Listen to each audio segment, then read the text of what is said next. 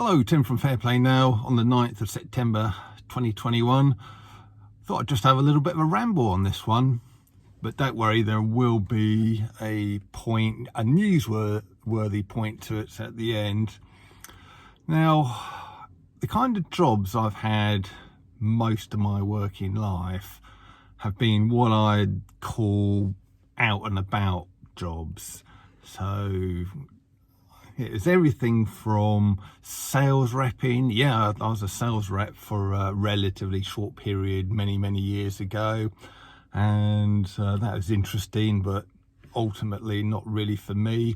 And then I kind of went into sort of van and lorry, truck driving, all that kind of thing. Did that for a little while.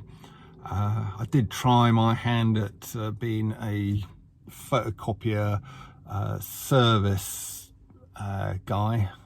engineer. Did that for a little while, not very long. Computers, tried my hand at that. They did my head in. I think if I see another sort of blue line going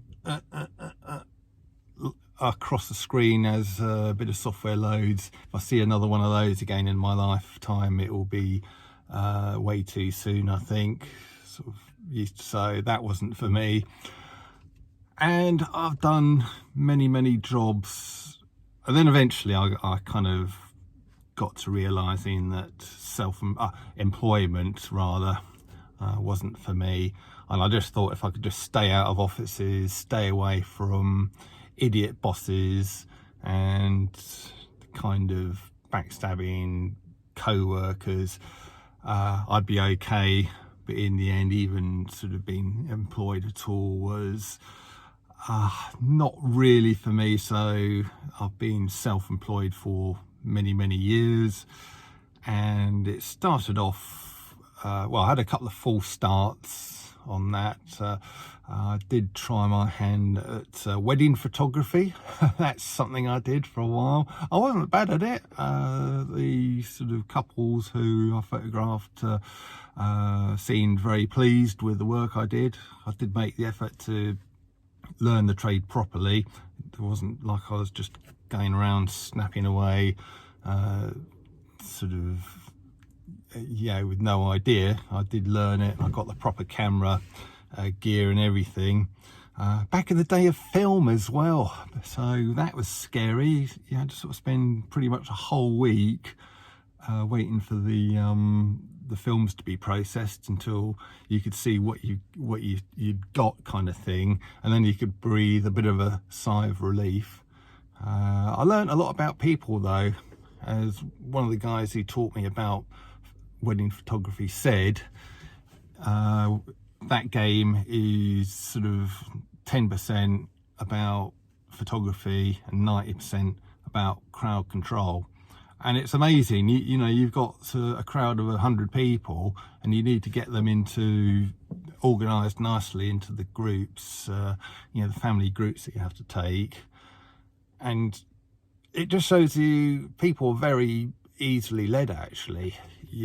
All you need to do is appear authoritative and put on a big loud voice, and people will follow you and do what you say, and it's quite easy to do. And I managed it with the wedding photography, so if I can manage it, God knows who else can manage it, and not always with such a benign kind of ultimate intent as I had when I was doing my wedding photography.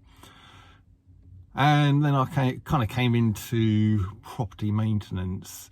And I then sort of did my electrical qualifications, and these days I'm mainly doing sparky work, as we call it, and it keeps me entertained and keeps me out of trouble and pays the bills. So what more could you want, really? But I'm just going to go, this is getting a bit round and about really, but I'll just go back to my sort of truck driving, lorry driving days. And a particular incident, a particular job I was doing, it actually involved taking a great big rigid 18-tonner lorry, which are pretty big, and they're not as big as an Arctic, but probably about, I don't know, 2/3 the size of one of those, whatever. And this job, what I used to have to do is come away from the depot at Gatwick Airport, or near Gatwick Airport, drop down to the south coast of England, and I'd sort of do a series of collections and deliveries all the way along the south coast, from kind of Newhaven down to Southampton. And then I'd have to, from there, go back to Portsmouth. And there used to be sort of 3 factories in and around Portsmouth I used to have to go to and do collections. And after I'd been to all 3 places and got a lorry load, I'd then sort of go up to, make my way up to Heathrow Airport, to the sort of air freight depots there, drop the stuff off, and then back round the M25, the glorious M25, back to Gatwick Airport, or the depot there. So it's probably a big old loop, 150 miles, 160, 70 miles, I don't know, something like that. Can't really remember now, but that's the journey. And I always remember this one day. I had to, at the first depot, the Gatwick depot where we were based, they gave me a tiny little box, no bigger than your average shoe box, and so I sort of stuck that on the back of the lorry and then proceeded on my way to, and that had to go to the Heathrow, one of the Heathrow depots. So I then kind of had to drop down to the coast. There was no deliveries or collections. All I had to do was the 3 Portsmouth collections this particular day. And I get to the first one, and it's, "Oh, got nothing for you today, mate." Oh, right, okay. So I go along to the second place, and it's like, "Oh, got nothing for you today, mate." Oh, all right. So I go along to the third place, which was this big factory, and they normally had loads and loads of stuff. So I thought, I'll definitely have a lorry load from these guys alone. So no sort of worries. And I get there, and it's like, "Oh, our computer systems have crashed, so we've got nothing for you today, mate." Oh, right, okay.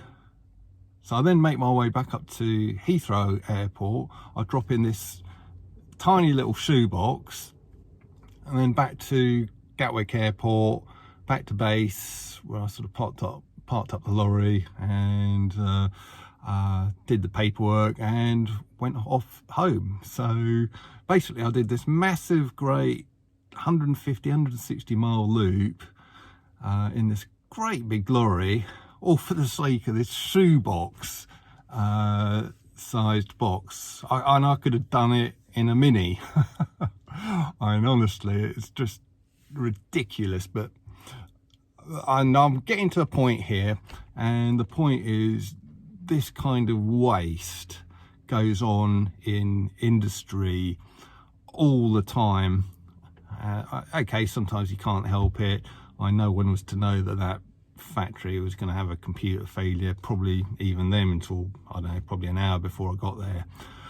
But other times it's blindingly obvious that things are really, really wasteful, and yet they still carry on doing it. And no one is worse at this waste thing than kind of the public sector, government and various other bits and pieces, all the sort of usual public sector places. There's just so much waste that goes on in there. And I'm sure you've heard the delightful news that the government have just announced yesterday, or was it the day before, whatever, the biggest tax hike, I think, since the Second World War. The sort of national insurance payments are going to go up massively. And Lorraine was saying hers is going to go up by over £100 a year, and she's only on sort of a pretty modest wage as well. So, I'm sure we're all highly delighted, and they're going to get all this extra money to waste yet again. So I'm just wondering, with all these new taxes they'll be getting, how much more waste they can be sort of getting up to with that. I'm sure we're all going to be highly delighted, aren't we? So that was a very, very long roundabout sort of thing to diatribe, I guess we could call it. But I think it really sums up probably how we're all feeling about this latest tax increase and the waste that tax increase is no doubt going to be spent on. Tim from Fair Play Now, thanks for watching.